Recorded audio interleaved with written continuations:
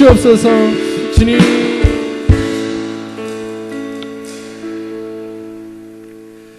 하나님, 오늘 이 밤을 축복하여 주시옵소서. 오늘 이 자리에 나온 저희들에게 오늘 말씀으로 힘을 얻고 또 저희가 주님께 가까워지며 이 상황 가운데서 흔들리지 않는 힘을 부어주시 믿습니다. 오늘 성령의 역사하심을 기대합니다. 소망합니다. 도와주시옵소서. 살아계신 예수님의 이름으로 기도하였습니다. 아멘.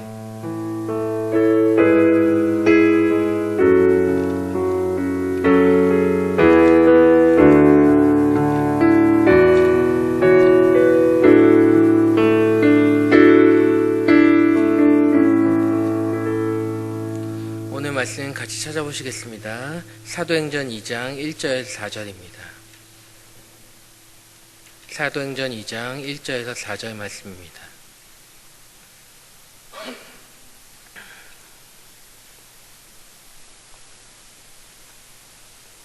사도행전 2장 1절에서 4절 말씀입니다.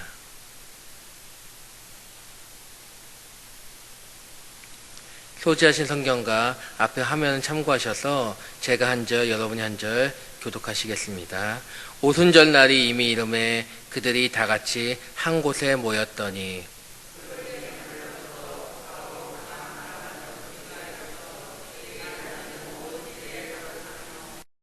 마치 불의 혀처럼 갈라지는 것들이 그들에게 보여 각 사람 위에 하나씩 임하여 있더니 그들이 다 성령의 충만함을 받고 성령이 말하게 하심을 따라 다른 언어들로 말하기를 시작하니라. 아멘.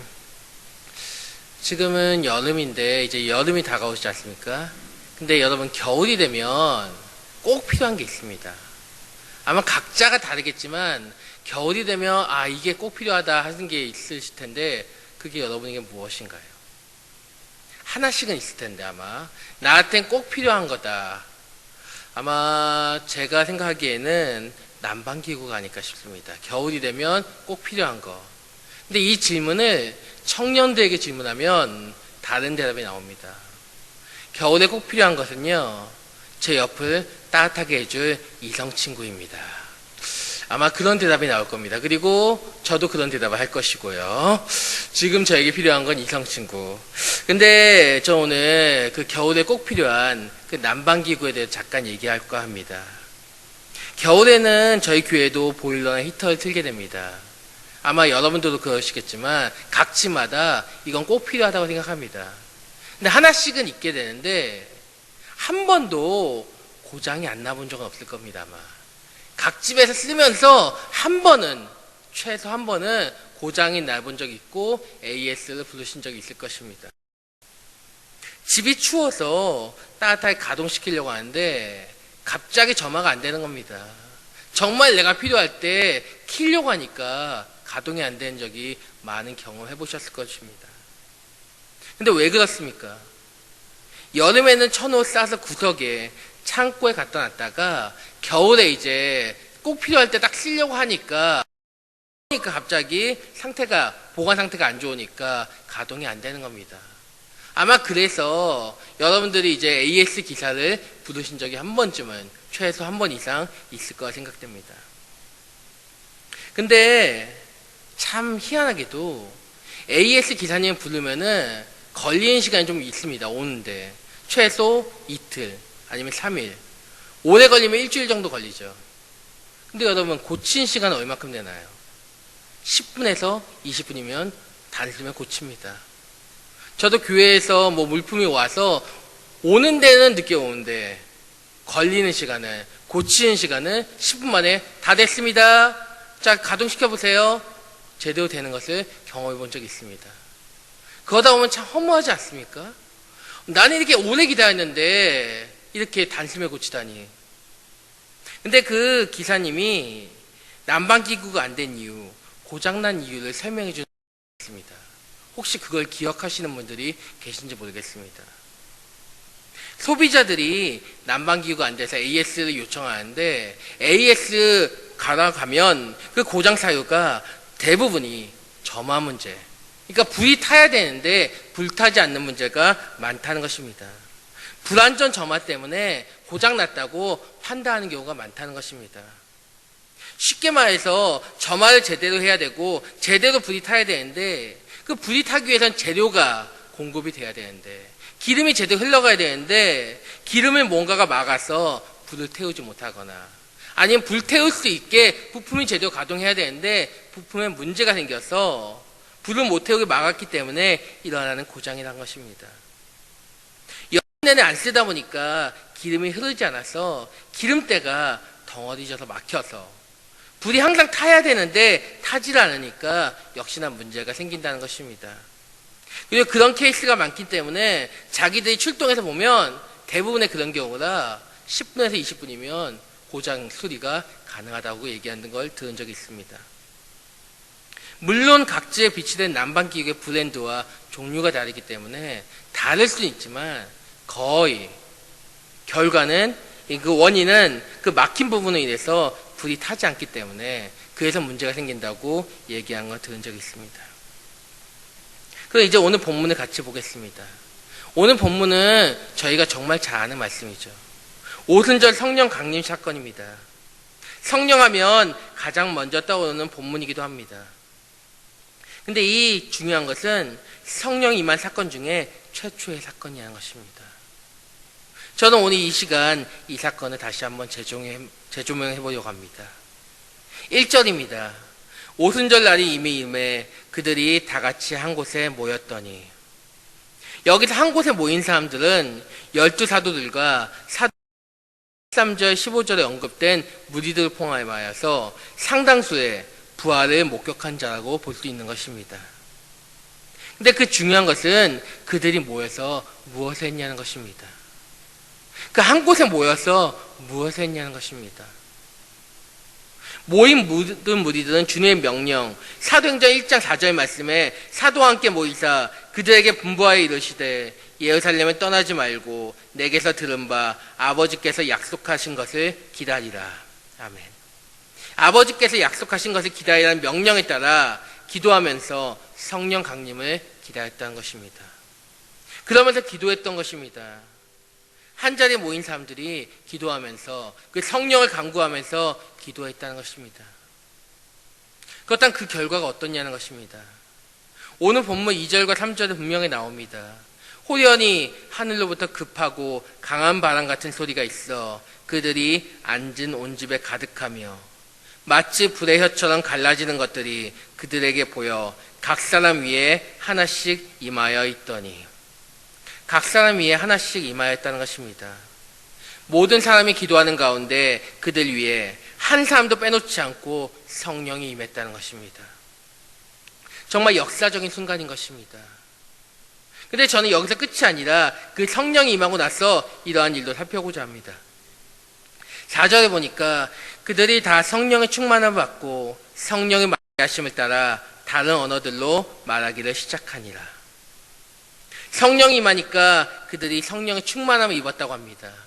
성령의 충만함을 입으니까 성령이 말하게 하심에 따라서 다른 언어로 말하기를 시작했다는 것입니다. 근데 이게 끝이 아닙니다.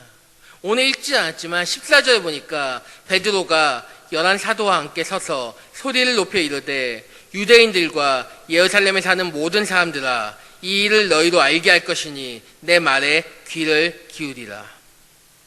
이 일이 일어난 것을 보고 사람들이 수군거리기 시작하는 것입니다.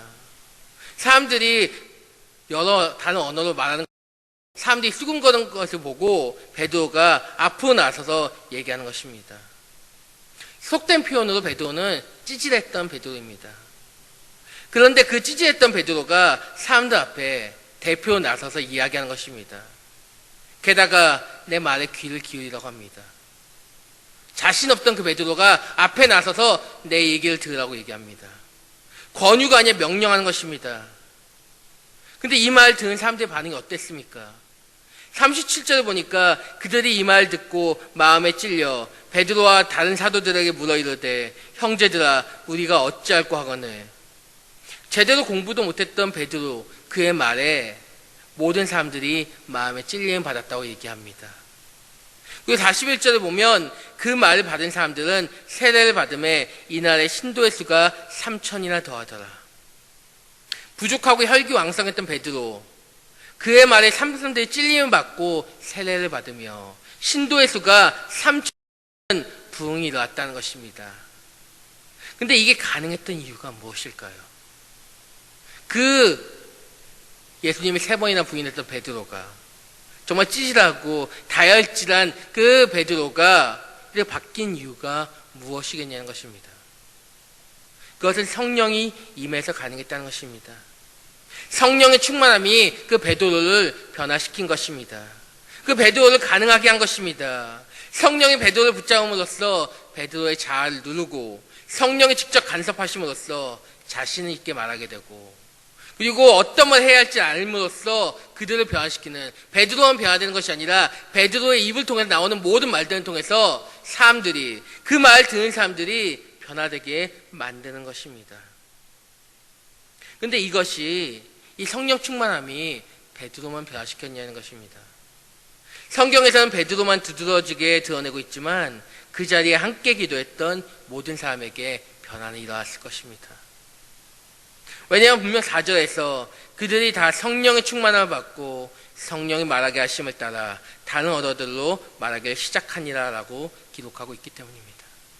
성령의 충만함을 입어서 모든 사람들이 다른 언어들로 말하기 시작했고, 그리고 그들 또한 변화가 있었기 때문에 그들에게도 용기가 있었을 것이고 성령 인도하심을 따라서 행동 또한 바뀌었을 것입니다. 그렇다면 이 성령님이 오늘 이 시간 이 자리에 저희에게는 함께 하시지 않냐는 것입니다. 늘 저희가 금요일 성령 기도 시간에, 이 시간에 간구하는 것은 성령의 충만함입니다. 우리 안에도 그 성령님이 역사하심이 있습니다. 근데 왜 우리에게는 그런 변화가 없겠냐는 것입니다. 베드로처럼 담대함이 왜 없냐는 것입니다. 성령은 베드로를 온전히 변화시켰습니다. 그의 말을 통해서 사람들의 변화를 일으키는 역사하심을 보인 것입니다. 그렇다면 그 말씀대로라면 우리에게도 그 역사하심이 나타나야 맞는 것입니다. 그런데 우리에게 그 성령의 충만을 통해 나타나는 역사심이 있냐는 것입니다. 왜 저희에게는 그런 모습이, 그런 변화가 없을까요? 전 그것을 두 가지로 살펴볼 수 있을 거라 생각합니다. 첫 번째는 아까 보일러 기사분에게서의 그 답을 찾을 수 있습니다. 여름 내내 가동을 안 하다 보니까 기름이 흐르지 않다 보니까 막혔다고, 그래서 보일러가 고장났다고 얘기했습니다. 무슨 말입니까? 오순절날 마가의 다락방에 모인 사람들은 계속 기도했다는 것입니다. 기도함으로써 성령의 충만함을 위해서, 성령을 받기 위해서 기도했다는 것입니다. 그 기도라는 그 재료가 성령의 그 불을 계속 지피는 원료가 된 것입니다. 기도가 성령의 불을 임하게 한 것입니다. 그렇다면 저희에게 있는 그 성령의 불이 계속 지펴질 수 있는 그 재료가 무엇이겠냐는 것입니다. 그 원동력이 무엇이겠습니까? 간단합니다. 기도인 것입니다. 이 시간만 기도하는 것이 아니라 계속해서 각자 있는 곳에서 계속 간구함이 있어야 되는 것입니다. 더욱더 뜨겁게 기도해야 되는 것입니다. 근데 우리는 그런 기도가 있냐는 것입니다. 데살로니가 전서 5장 17절 말씀에 이렇게 나옵니다. 쉬지 말고 기도하라.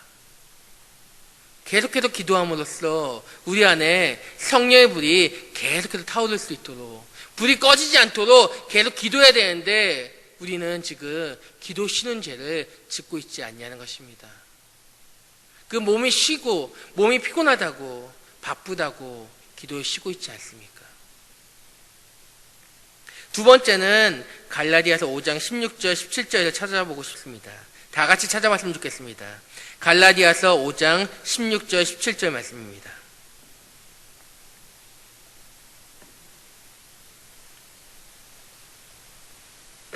갈라디아서 5장 16절 17절 말씀입니다.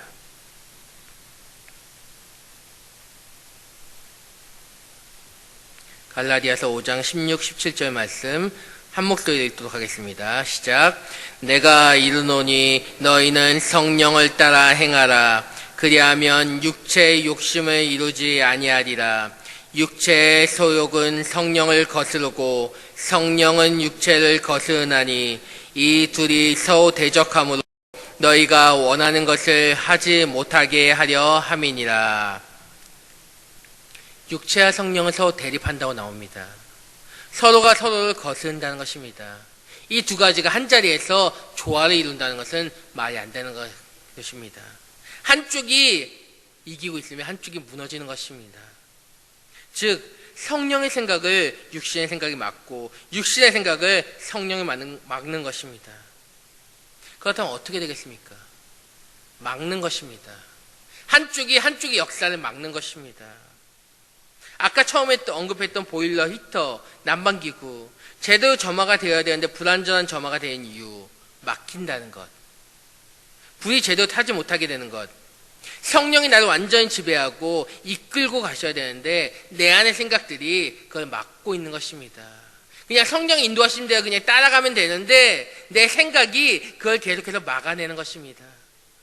그래서 사도 바울은 갈라디아서 2장 20절에서 분명히 얘기합니다. 내가 그리스도와 함께 십자가에 못 박혔나니 그런즉 이제는 내가 사는 것이 아니요 오직 내 안에 그리스도께서 사시는 것이라. 이제 내가 육체 가운데 사는 것은 나를 사랑하사 나를 위하여 자기 자신을 버린 하나님의 아들을 믿는 믿음 안에서 사는 것이라. 아멘. 저희가 잘 아는 말씀입니다. 나는 죽고 내 안에 계신 그리스도께서 사신 것이라. 내 자아를 온전히 죽이고 내 안에 계신 그리스도께서 이끄신 대로 살아간다는 말씀인 것입니다. 그 고백인 것입니다. 그렇습니다. 성령의 충만함이라는 것은 나를 죽이는 것입니다. 내 자아를, 내 안에 살아 숨쉬는 그 자아를 그 조금도 남기지 않고 온전히 태워버리는 것, 그것이 성령의 충만함이며 성령님께 온전히 순종하는 것입니다. 내 생각을 내어놓는 것입니다. 그럴 때 성령님이 온전하게 우리 안에서 일하신다는 것입니다. 성령님이 백의 힘으로 아무리 내려고 하시더라도 내 안의 자아, 생각들이 끊임없이 그거를 막으니까 온전한 점화가 되지 못해서 60에서 70만 나가는 것입니다. 100이 그대로 나가면 온전히 변화가 일어나고 영향력이 나타날 수 있는데 끊임없이 내가 그걸 막는 것입니다. 성령님의 행함을 막고 있는 것입니다. 다른 게 문제가 아니라 재료가 문제가 아니라 내가 문제라는 것입니다. 저와 여러분이 문제인 것입니다. 여러분 오늘 시간 각자의 자기 자신을 내어놓으시기 바랍니다. 여러분의 생각이 여러분이 끊임없이 내어놓지 못하는 계속해서 손에 쥐고 있는 것이 끊임없이 성령님의 활동을 막고 있는 것입니다. 성령님 이것까지는 되는데 이거는 제 생각대로 하게 해주세요. 이건 아닙니다. 성령님 그건 아니죠. 이건 제가 포기 못하겠습니다. 그것들이 그분의 온전한 활동을 막고 있는 것입니다. 여러분 통해 일하시고자 하는 그 성령님 활동을 여러분이 막고 있는 것입니다. 온전히 발휘하지 못하도록 막고 있는 것입니다. 여러분 마음껏 운행하실 수 있도록 그분을 자유롭게 놓아주시기 바랍니다. 처음에 언급했던 보일러, 히터 등 난방기구를 예를 들고 말씀을 마무리할까 합니다. 말씀드린 것처럼 고장나는 원인을 저도 알고 여러분도 많이 겪다 보면 알 수 있습니다. 근데 문제는 우리는 못 고칩니다. 전문가가 아니기 때문입니다. 알아도 사람은 불러야 됩니다. 그 사람 불러서 그 사람 와서 고쳐줘야 되는 것입니다. 마찬가지인 것입니다. 우리가 성령님이 온전히 발휘 못하는 그걸 압니다. 원인을 압니다. 기도 쉬는 죄 그리고 나를 태워야 되는 거 나를 죽여야 되는 거 아는데 우리는 못한다는 것입니다. 그렇기에 전문가를 초청해야 됩니다. 우리 인간의 전문가이신 하나님을 초청해야 될 줄 믿습니다. 그분만이 하실 수 있는 것입니다. 내 힘으로 할 수 없기에 그 하나님께서 오늘 이 시간 임해달라고 내가 내어놓지 못했던 것 그것들을 성령께서 강하게 역사하시라 그걸 내어놓게 해달라고 나는 못하겠으니까 나는 포기 못하겠으니까 강하게 역사해달라고 마가의 다락방에 모여서 간절히 다른 거 생각하지 않고 기도하고 기대하는 마음을 뜨겁게 기도했던 그 120명의 사람들처럼 저희도 오늘 이 시간 간절하게 기도했으면 좋겠습니다. 다른 거 생각하지 않고 그걸 위해서 나를 온전히 태워주시고 온전하게 순종할 수 있도록 기도하게 달라고, 더 뜨겁게 기도하게 달라고 하나님께 오늘 요청하시기 바랍니다. 그럴 때 저희를 통해서 성령님께서 100% 영향력을 발휘하실 거라 믿습니다. 기도하시겠습니다. 하나님, 오늘 이 시간 역사해 주시옵소서. 오늘 저희 안에 역사해 주시고 함께 하시옵소서. 저희는 할 수 없습니다. 할 수 없는 저희를 아시죠? 이 부족한 저희들을 주님께서 함께 하시고 도와주시옵소서. 이 모든 말씀 살아계신 예수님으로 기도하였습니다.